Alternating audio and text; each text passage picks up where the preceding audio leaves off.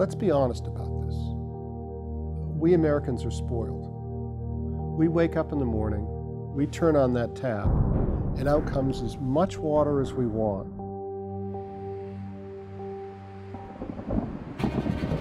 People in the United States use more water per capita than any country on earth. Why? Because we could. Well, we can't anymore. There's been a long-running dispute since the 1920s between the states over who gets how much of the Colorado River. California in general looks at their supplies as secure and a higher priority than, for example, Arizona. I don't want a state next door, for example, saying, hey, they have water, we need it, let's take it. We have to defend what we've got here. There won't be any winners and losers. There will only be losers. More breaking news coming in, this time happening much closer to home. The water levels at Lake Mead are now at historic lows. And the fight to conserve water keeps growing. In fact, according to new research from NASA, 35 years from now, if the current pace of climate change continues, the Southwest as we know it will experience. All right, but first, don't think California's drought will impact you? Well, financial expert Ryan Tig. I don't think it's going to be as simple as saying, is it agriculture or is it cities?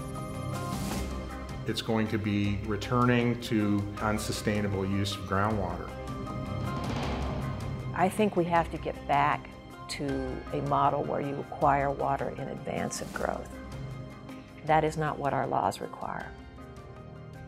The concern that I have at this moment is getting everybody to take a deep breath.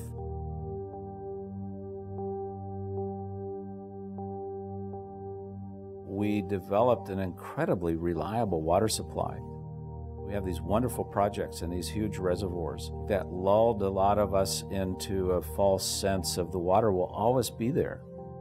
We need to move beyond that image, that mirage that our water supply is endless, and start thinking about, how do we have a resilient water supply in a time of change and competing demands for water.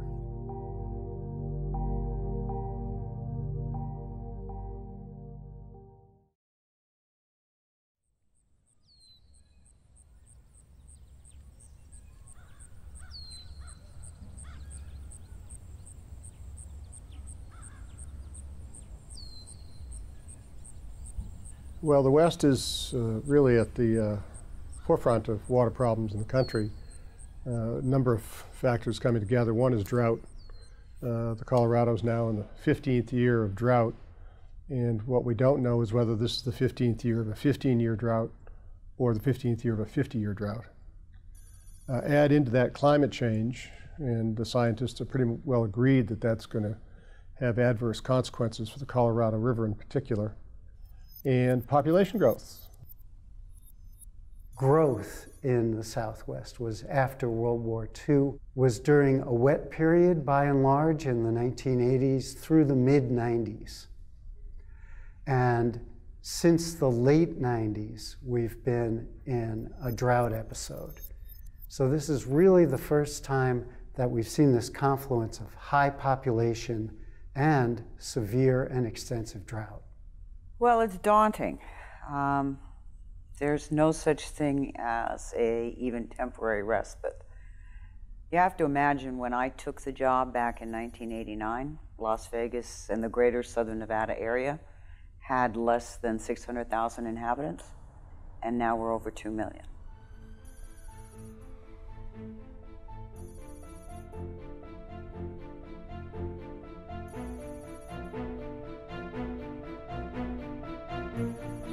When you start connecting the dots and seeing how one impact triggers reactions and triggers consequences in other areas, you begin to grasp a different understanding of the, quote, system. In the Colorado River, starting at the upper basin, we move the water out of the basin. In Wyoming, we move it to Cheyenne. In Colorado, we go across the Continental Divide to the Front Range cities. Cross over to Utah, Central Utah Project takes the water all the way to the Wasatch Front. Come down to New Mexico. It moves it out of the Colorado River watershed to the Rio, to Albuquerque. Las Vegas uses it. 300+ miles of Central Arizona Project aqueduct goes to the central cities from Phoenix all the way down to Tucson. On the other side, it goes all the way to the coastal cities of Southern California. Because Metropolitan Water District of Southern California takes half its water from the Colorado River and half of its water from the Sacramento Bay Delta, they're connected. What happens in the Bay Delta matters in Cheyenne. It is one huge plumbing system that is intricately connected. When you start looking at the system in those terms, it changes your perspective.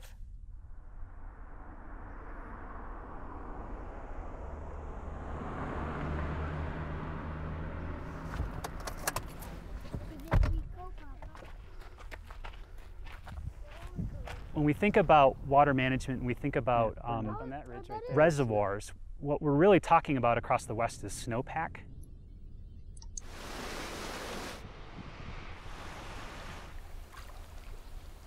You know, we think of reservoirs as physical things, but you know, dams are really structures to manage snowmelt. Winter storms coming off the Pacific Ocean, those are really critical to building up water in the reservoirs. The Southwest in its back pocket has big droughts. We're built for drought, as a colleague of mine says. We should expect droughts. It's related to cycles of sea surface temperatures in the Pacific Ocean. So in the winter time in the Southwest, when we have a warm tropical Pacific Ocean, so it's warm, it's more energetic, putting more moisture out there, we typically have a wet winter in the Southwest. When we have a cool tropical eastern Pacific Ocean, we get a drought pattern. Those years are called La Nina years. Those stacking up of La Nina winters over decades gives us these drought cycles that we're currently experiencing right now. Since 2000, in the current drought, we've seen Lake Mead decline by more than 100 feet in elevation. Some would say, well, that's the sign of the drought. And it's true in part. The three lower basin states, Arizona, California, and Nevada, were allocated a portion, 7.5 million acre feet a year. California got 4.4 million acre feet, Arizona got 2.8 million acre feet, and Nevada got 300,000 acre feet. It's generally considered that the compact came together after a wet period, but sometimes it's also considered to be a little bit of political stretching, that you make the number higher to make sure that you can satisfy everybody on the river. So I think it's a combination of a wet period, but also maybe selecting the period that you look at to make the allocations. The reason that we're heading this way is because we're not charging those evaporative losses in Lake Mead. We're not charging the lower basins half of the Mexican treaty obligation to the states. All of those things are being taken out of storage. The fact that the Colorado River is over-allocated, by which I mean there's actually more rights to water than there reliably is water in the river every year. And you've got really kind of the perfect storm. Lake Mead is full at about elevation 1220. So we've come down dramatically. Currently, Southern Nevada has 2 intakes into Lake Mead.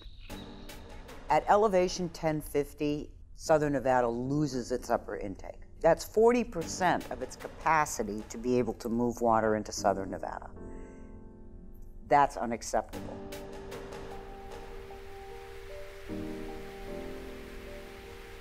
The second intake sits at elevation 1000. The question for Nevada is what happens below elevation 1000. They will be struggling to find a way to get water out of that lake. We needed an intake below Tonight, one of this century's most ambitious projects at the largest reservoir in the nation, which looked like this in 2000. Take a look at what it looks like now. It was so low. Look up. What's up there? Lake Mead. That's holding back the lake. Exactly. Wow. We spent $1 billion going underneath Lake Mead and putting a new intake structure at the bottom of that reservoir that will allow us to take water from those elevations.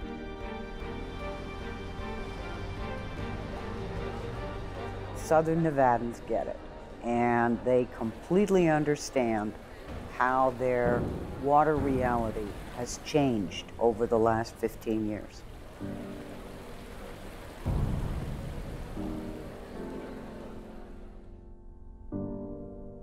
It is not inconceivable that Mead drops below dead pool. Dead pool is elevation 900. That means no water leaves Lake Mead and goes downstream. Nothing can come out of Lake Mead physically. This isn't a piece of paper that can be changed. This is a physical limitation. And this is where it stops being a Nevada problem. Well, I think often the way you look at the lower basin, I think it's generally considered that Arizona first and Nevada second have the greatest risk associated with prolonged shortage conditions on the river. The CAP system essentially brings Colorado River water from Lake Havasu on the Colorado-California border. It's 336 miles long and brings it across the desert to the cities in Phoenix, to the agricultural districts, largely in Pinal County. One of the things that Arizona had to agree to in order to get the CAP authorized was to allow California to have a senior priority over the CAP. Arizona, the Central Arizona project that is, will be reduced till the point that it has no water before California's 4.4 million acre feet is cut. That agreement that Arizona was going to be the junior partner is coming back to haunt us. 1,075 feet of elevation is the trigger for a level 1 shortage. If that shortage is declared, then CAP would lose access to about 320,000 acre feet, or about 20% of what we deliver on an annual basis. As Lake Mead continues to fall, if it continues to fall, at 1050, the reduction increases to 400,000 acre feet to Arizona, and at 1025, the reduction would be 480,000 acre feet to Arizona. We have priorities within the CAP system. That priority says that our municipal customers and the Native American customers are our highest priority. They would be the last ones to be cut off if our supplies dried up. That shortage is going to impact those excess users, we call them.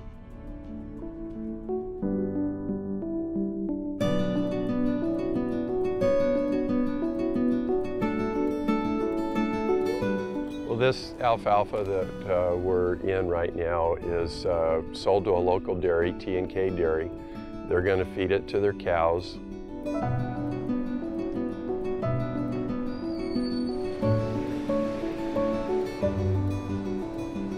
Those cows will produce milk, turned into bottled milk, ice cream, cheese, yogurt, butter, all kinds of dairy products. We use a lot of water to grow these crops, and so the real consumer of that water is the public when they buy and consume the food. In shortage level 3, we lose all of our CAP water.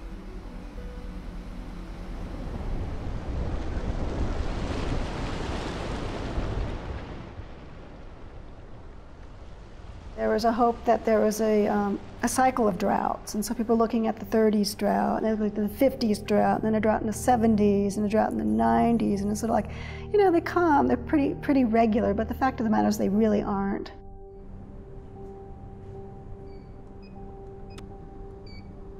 This is a cross-section of wood from the upper Colorado River Basin.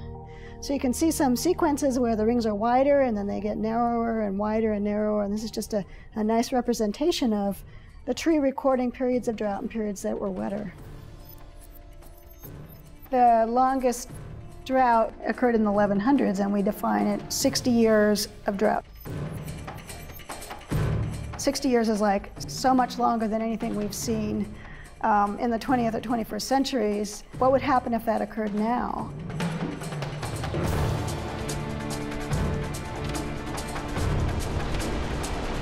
So mega drought is a relatively recent term. So we're not there into mega drought yet, but we're starting to show the characteristics of mega drought. We've had long duration, some very severe years, and during the course of this drought, temperatures have been steadily rising. That's one of the reasons I do this work, is because when we start to look at those records and say, listen, this happened, I think it's possible. The factors that influence climate were no different back then than they are now, with one exception, and that exception is that humans are influencing the climate. The way that we do climate science is through building models and using computer simulations to be able to try to understand how these things change. Well, what is a model, right? I mean, what's the word model mean?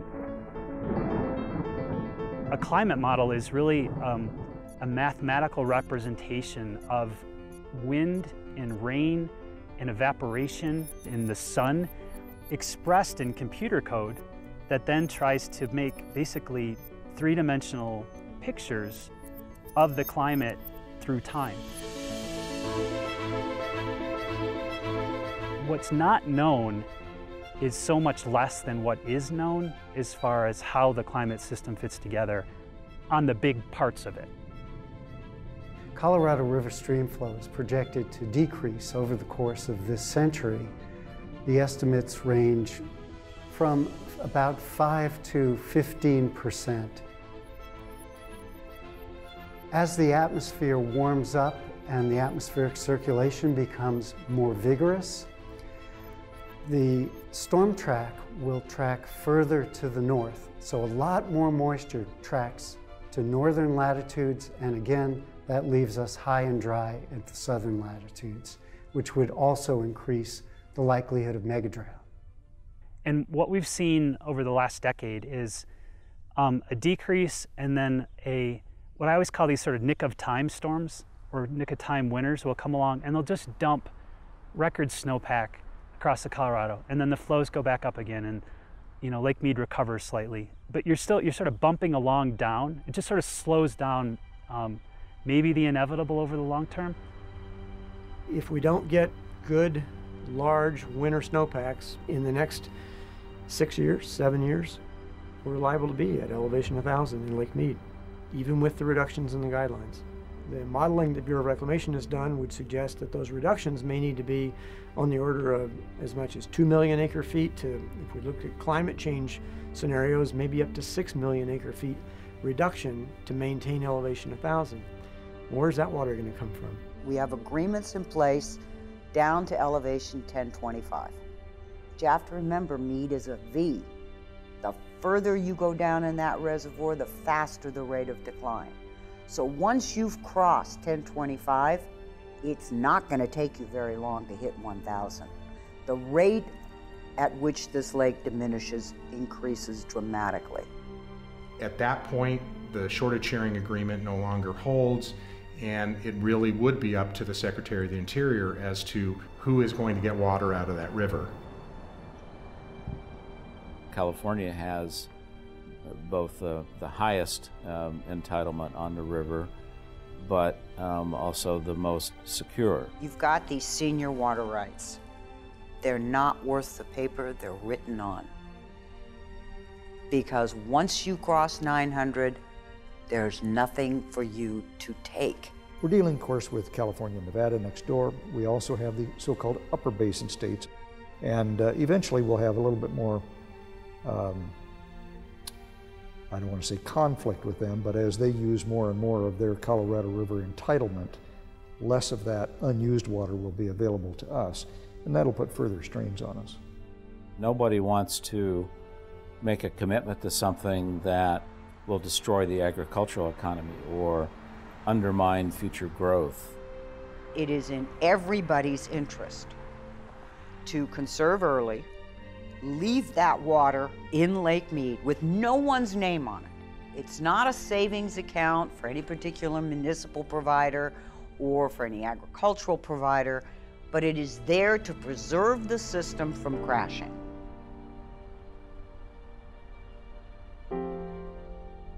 The level of statesmanship that's going to be needed is extraordinary.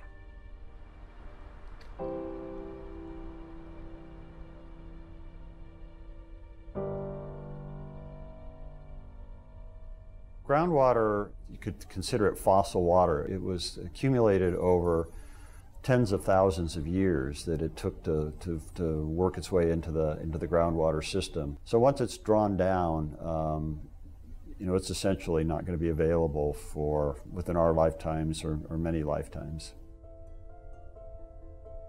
My first job, almost, in Arizona, many years ago, was serving as the executive director of the Arizona Groundwater Management Study Commission. In those days, we were pumping our groundwater at far greater rates than the groundwater was being replenished. What we did was create these geographical areas called active management areas, or they're most frequently referred to as AMAs.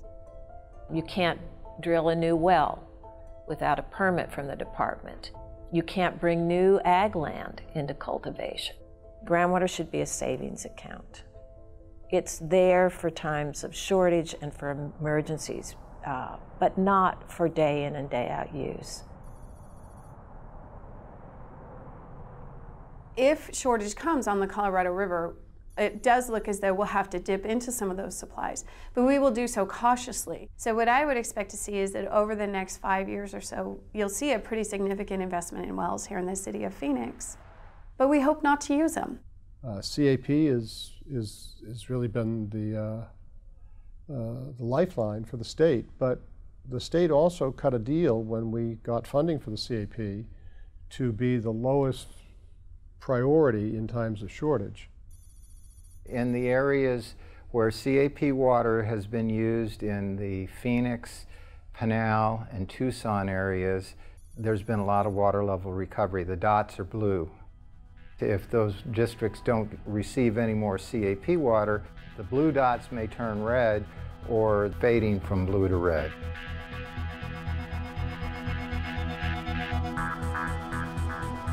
It's not the big cities that are really at risk. It's the new areas where people want to grow. A lot of the rural areas of the state, when we were drafting the act, said, we don't want any part of it. Leave us alone, please. We'll just go on the way we've been going. So the Wilcox area, people are having to deepen their wells or drill new wells in chasing that finite groundwater supply.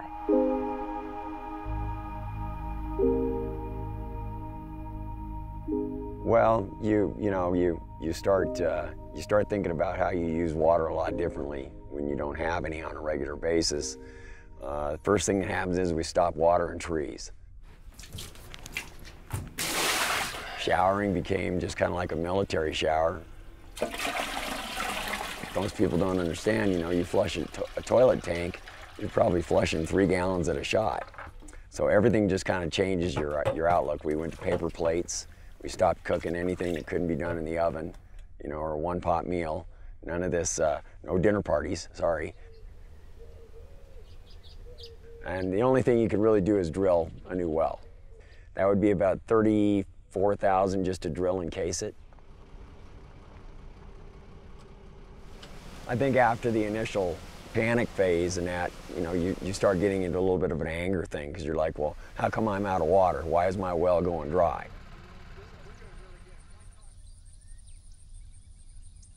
Then you find out other people are having the same thing, And you see all the big agricultural pivots in the area, and you're like, well, they're pumping all the time. It's their fault. You know, you can't blame the farmers. Farmers are doing what farmers do. I know on top here we added 30 feet yes, length. From there. Backward. Okay. All right, I'll make the drawing to show that. This well that they're drilling in the background, well, in this case, we'll probably just go to 1,000 feet.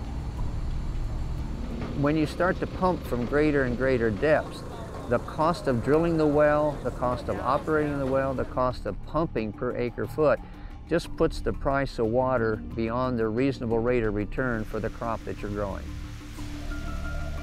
The next 2 to 3 decades will see a major change in the kind of farming that's done in many areas, just simply because of the shortage of groundwater. I think we're right on the cusp. Tonight, we're very honored to have all 3 of our Arizona legislators here with us. No question. Answer his question. Are we going to talk about water now or not? Yes, we are. No. Why don't we do the water? Well, let's do it now. We'll talk about politics after that. Yeah. Water. Get our way. You know, they really don't want the state to step in and tell them what to do. On the other hand, if somebody doesn't do something, you know, pretty much people's wells are going to dry up, and, you know, that affects the economy. It's not just Wilcox, it's other areas of the state where groundwater supplies are drying up. At the time the Groundwater Management Study Commission was established, California also established a special commission to look at its groundwater laws.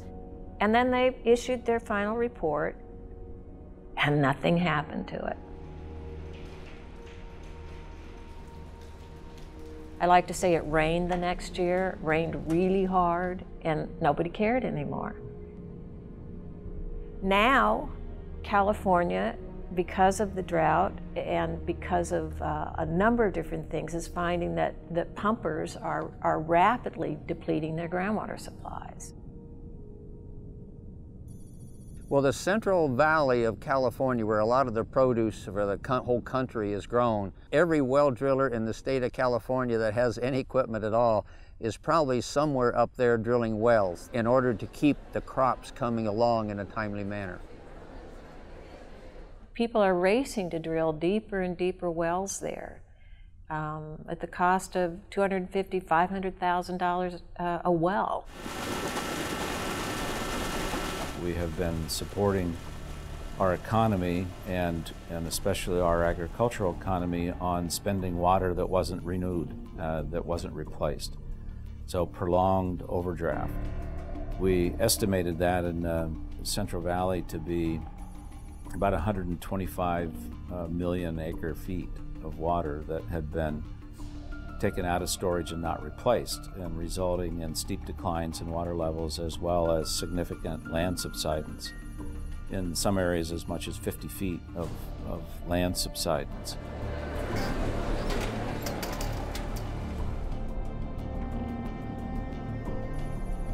The last official snow survey for the state resulted in a determination of 5% of normal, the lowest ever recorded in, I think, well over 100 years of recording snowpack.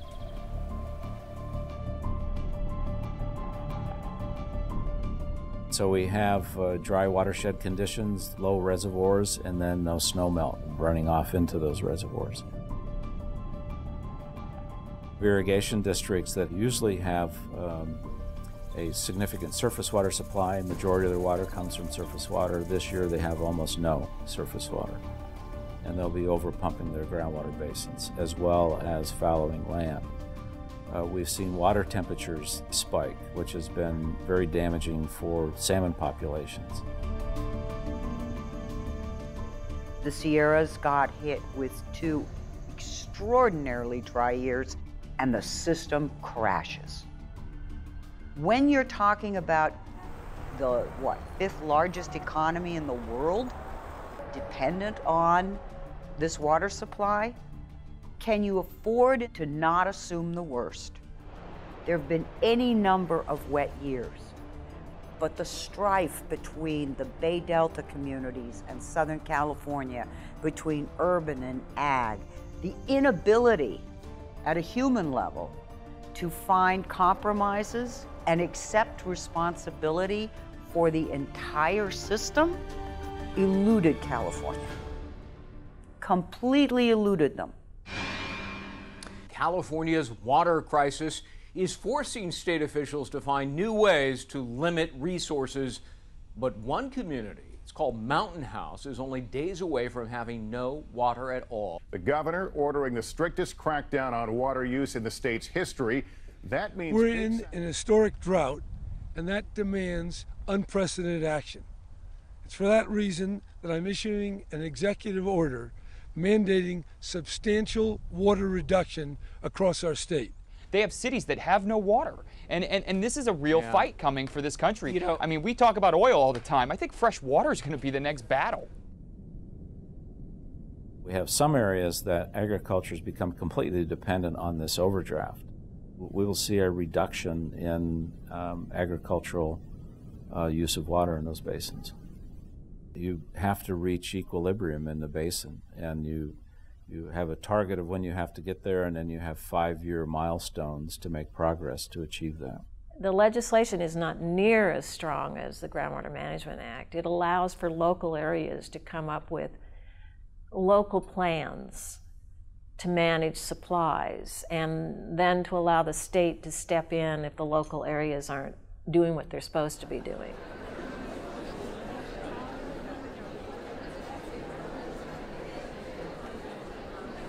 We look down the road and we know that growth will occur, and we know that demand for water will increase, and we know that if we don't plan for it now, then we will be in trouble. The easiest thing is the most obvious thing, and that's water conservation. It's using the water that we already have more wisely, more efficiently, more cautiously. Here in the city of Phoenix, for example, we are using slightly less water than we did in 1996, and we've added 340,000 people to our population base. Everybody's conserving water. Can we do more? Yes. But it's not enough. It's not enough to meet future demands everywhere, and it's also not enough to stop groundwater mining. You know, I guess the concern I have here in California as a direct result of the drought is people looking for easy solutions. And that would be, you know, let's retire a whole bunch of ag land, and then all of a sudden you have to deal with the dust issues and what happens to that land and what happens to the economy in these small rural towns. Across the West, farmers use about 80% of every state's water, when the amount of water that the cities need is really in the low single digits, 2%, 3% of ag water. Then I think what we can see is that it's not going to destroy rural life. It's not going to destroy the farm economy. One of the things that will help is right now, the market for water is in a very primitive state. We could set up a bank, just like a bank or stock exchange that served as a clearinghouse for people who want to buy or sell water. I think the goal should be that farmers use slightly less water with modernized infrastructure paid for by the municipal and industrial sectors, and grow as much as they did before, but with a little less water, and the water that they don't use is now available for municipal and industrial purposes.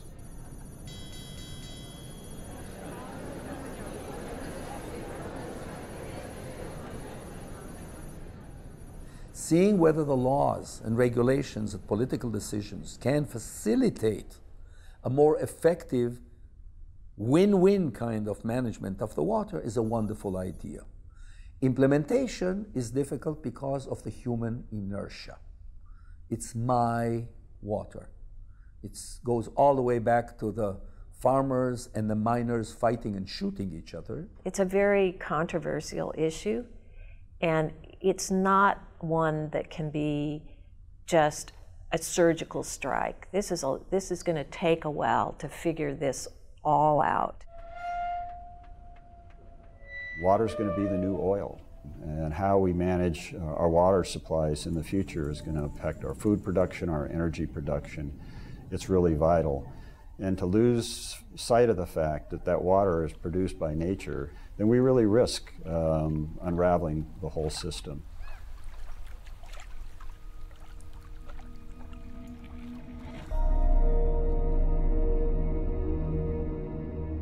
Arid regions are projected to experience some similar things, leaving these so-called subtropical areas high and dry. That's the same kind of projection that we would expect for the African deserts, the Australian deserts, the deserts in parts of China and South Asia.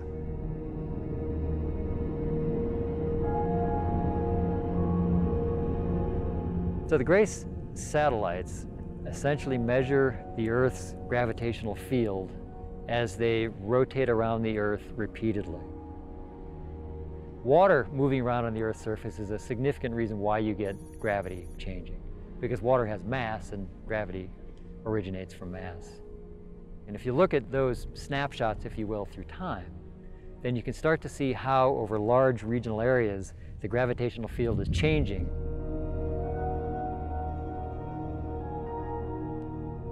Will we have globally enough food security as water supplies for agriculture are stressed? It would be a real confluence of issues in those countries. If water is taken away from farmers in this region and it's taken away from farmers in other regions all around the world, it will affect the food supply. By the middle of the century, 2050, demand for food will be 70% higher than it is now. In 2011, we reached 7 billion people. And of course, that's only expected to go up. You can't make those trade-offs. There is a global food responsibility, and we're an integral part of that chain. In the food economy, rests our national security as well.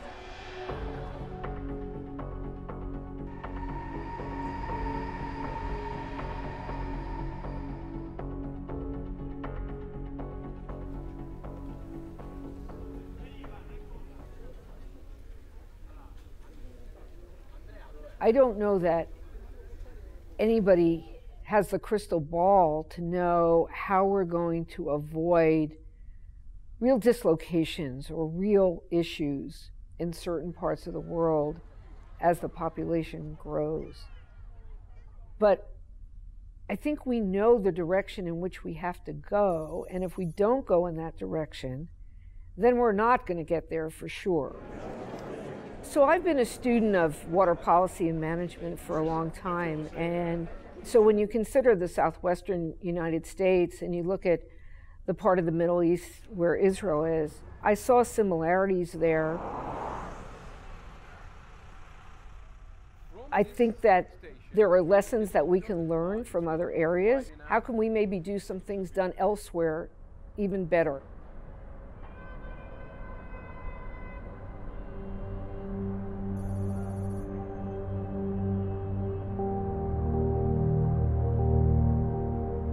Water was always considered an absolute necessity and the foundation for building the country. And the ethos was one of togetherness, of everybody pulling in the same direction.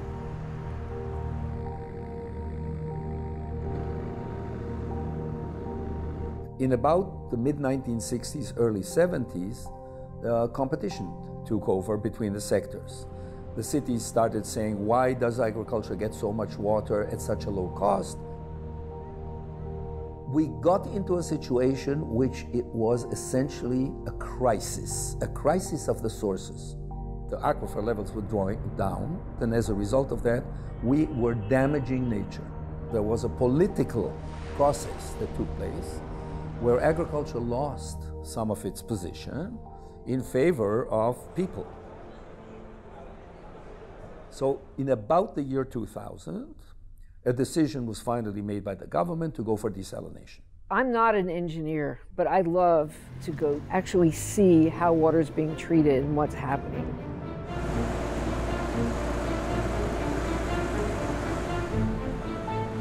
You go to visit a plant like Hadera, which is a huge plant.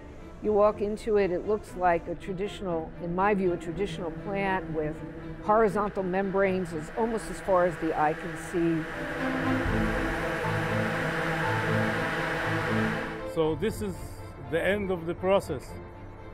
The largest plant, the Soric plant, built by the same company with different diameter membranes that are vertical instead of horizontal.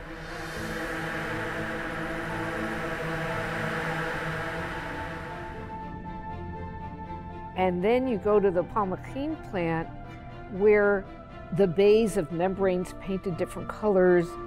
I can only describe that plant as whimsical.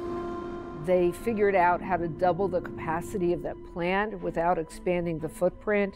40 guys on a very tiny footprint of 3.2 hectares make about 9% or 8% of the water in Israel. Kind of a miracle.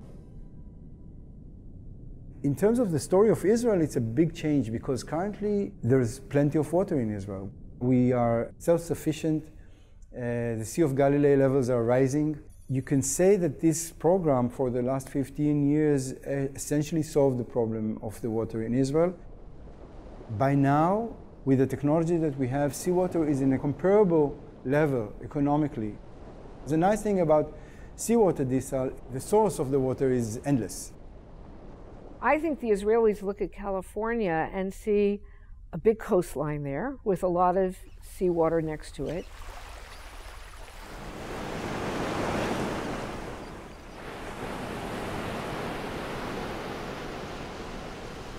Here in Carlsbad, we are developing the largest desalination plant in the Western Hemisphere. The plant is 50 million gallons per day, will serve around 300,000 people, which is about 10% of San Diego County.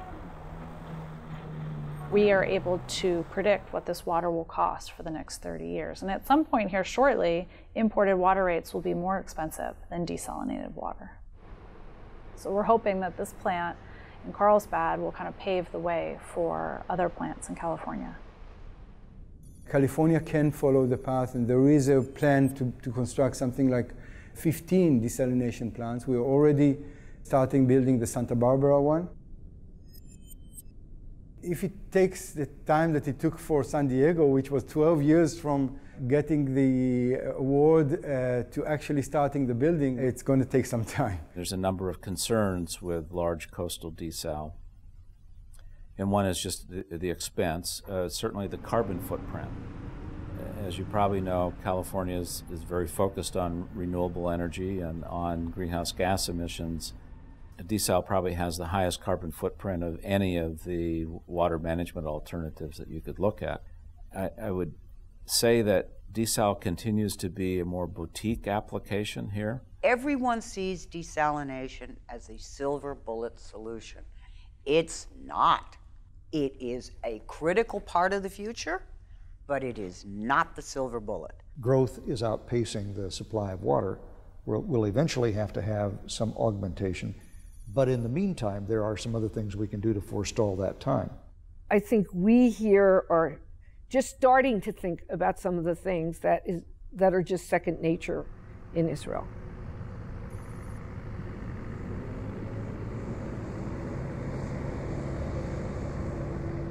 Agriculture has changed radically. Israel brings in all its grain from abroad. It doesn't grow it. It no longer grows cotton in this country. Oranges are almost out. I also see a company like Netafim as an example of that. Netafim developed over time sets of drippers which are attached to plastic pipelines which emanate waters drop after drop. For a very low cost of drip, you get a much higher crop per drop.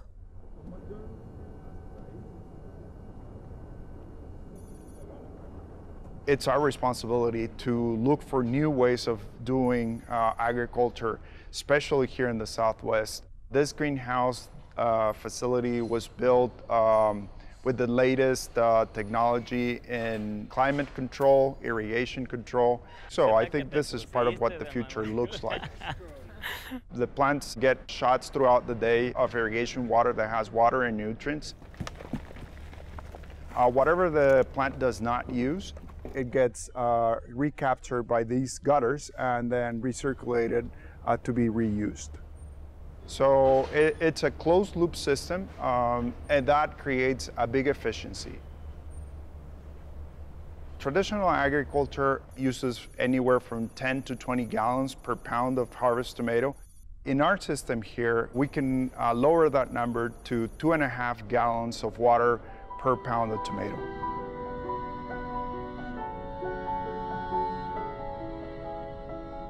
Reclaiming wastewater and treating it to a level where it can be returned safely from a health point of view and from an environmental point of view to agriculture is one of the biggest achievements that Israel has had. We now reuse more than 90% of the total amount of wastewater that is being generated in the urban area. I think the real questions about reuse will be, will we reuse wastewater in the West and Southwest for potable purposes? It's already being used that way in some places. There's a lot of pushback. Orange County did not bring their system online for 3 years while it had 1,200 public meetings to educate the public about what they were trying to do. So it can be done. If we're going to be essentially drinking the water that comes out of the back end of a wastewater treatment plant, we're going to want to be sure that the quality of that water is excellent. A lot of the research I do tries to get at those questions. Many emerging contaminants are compounds that have been introduced either through industrial or pharmaceutical compounds that are not necessarily subjected to environmental regulation. Some of these compounds can behave as hormone-like compounds, and therefore they can be biologically active at very low concentrations. It has been observed, for example, that relatively low concentrations of some of these endocrine-disrupting compounds in stream waters have a significant influence on the sexual development of fish. To think that humans are somehow excluded from that type of effect is unlikely, right? Many of the wastewater treatment plants we have in the United States and throughout the world were designed to remove traditionally recognized contaminants, including pathogens. They're not as effective, on the other hand, at removing many of these compounds that are being produced in relatively recent time scale. Currently, there is a good solution for that. It's both treating this from the source, so telling people not to flush medicine down the drain, but also treating by what is called advanced oxidation, which is a process that breaks all the carbon chemical connections. Essentially, we are past that. It's an issue that has to be paid very close attention to, but it's an issue that I believe can be managed. And I think we have to. I just don't think it's an option to use this water once and then, dump it in a river or dump it in our case, in the ocean.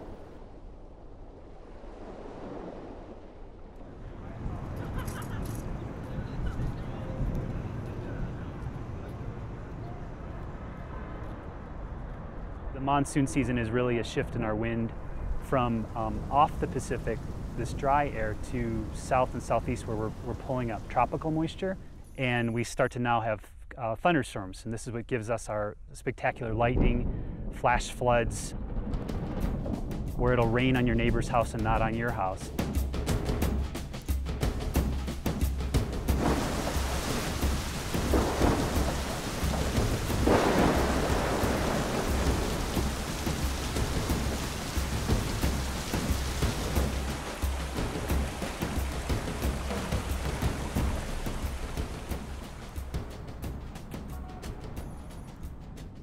This pond here actually is a stormwater pond.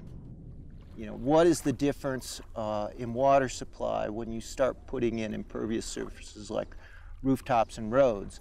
And you know, it dramatically increases the amount of water available to us.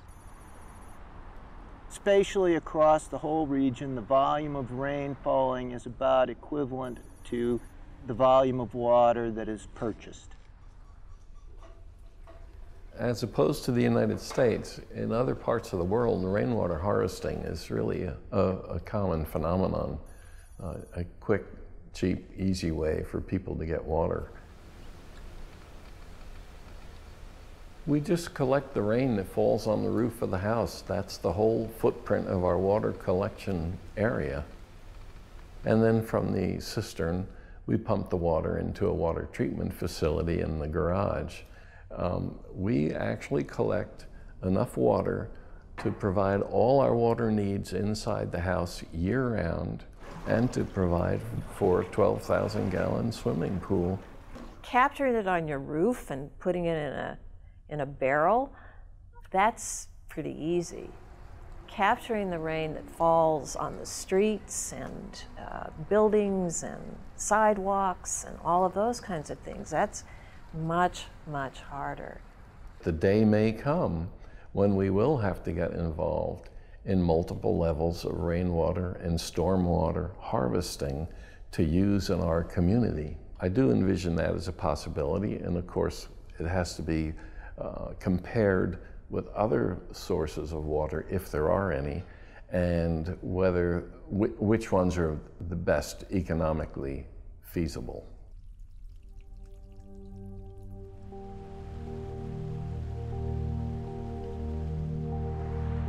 As communities look to some of these more expensive options, the question of how do you pay for that is very important, and who finances it. Very few, if anybody, expects the federal government to be the source of, let's say, a major proportion of funding. We need to invest. We need to invest to have the kind of water supply for our children and our grandchildren that we're going to be proud that we did.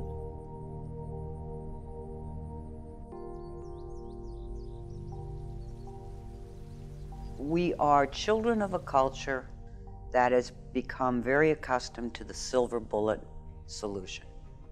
This has no silver bullet solution.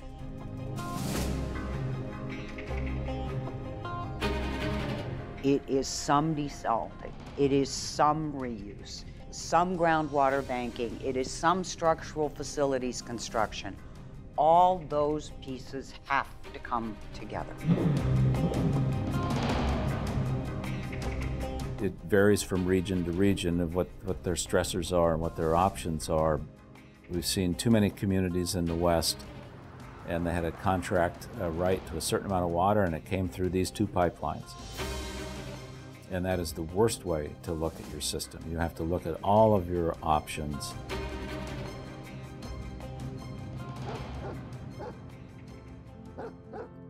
But I suspect that the real problem is one that our society will not address.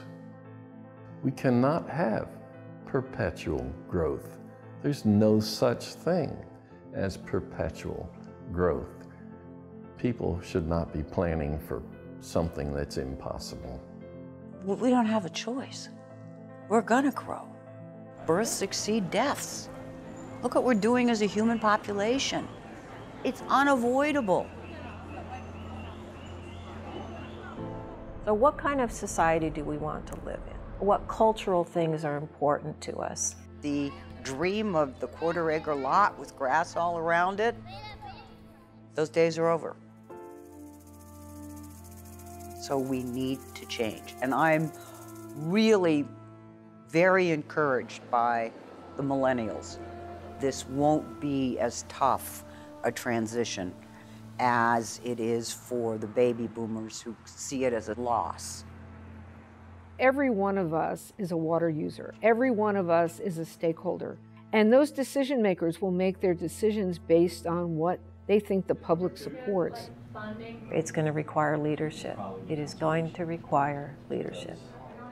Without that, I'm not very optimistic.